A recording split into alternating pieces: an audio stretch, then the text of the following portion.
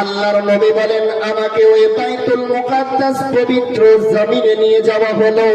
আমি ওই জমিনে যাওয়ার পরে আমাকে নিয়ে সামনে সামনে করে আমাকে হাঁটাতেছেন ওই দুইজন মানুষ। ওই দুইজন মানুষ নিয়ে চলতেছিলেন। এমনই অবস্থায় কিছু দূর যাওয়ার পর আমি একজন মানুষকে বসে থাকতে দেখলাম। ওই মানুষটার সম্মুখে একজন মানুষ ধারালো অস্ত্র চাকু নিয়ে দাঁড়িয়ে আছে, কাঁচির মতো জিনিস চিনিয়ে দাঁড়িয়ে আছে। ওই ব্যক্তির মুখে ওই কাঁচিটা ভরে দেয়, আর কাঁচিটা ভরে দিয়ে একটি গাল তার কেটে দেয়। একটি গাল কেটে আবার যখন অপরটি গাল কাটতে যায়, তখন ওই অপর গাল কাটতে যাওয়ার সময় পূর্বেকার গাল আবার ঠিক হয়ে যায়। এইভাবে বারবার বারবার তার গাল কাটতেছে, আর ওই ব্যক্তি চিৎকার করে হাউমাউ করে কান্না করতেছে।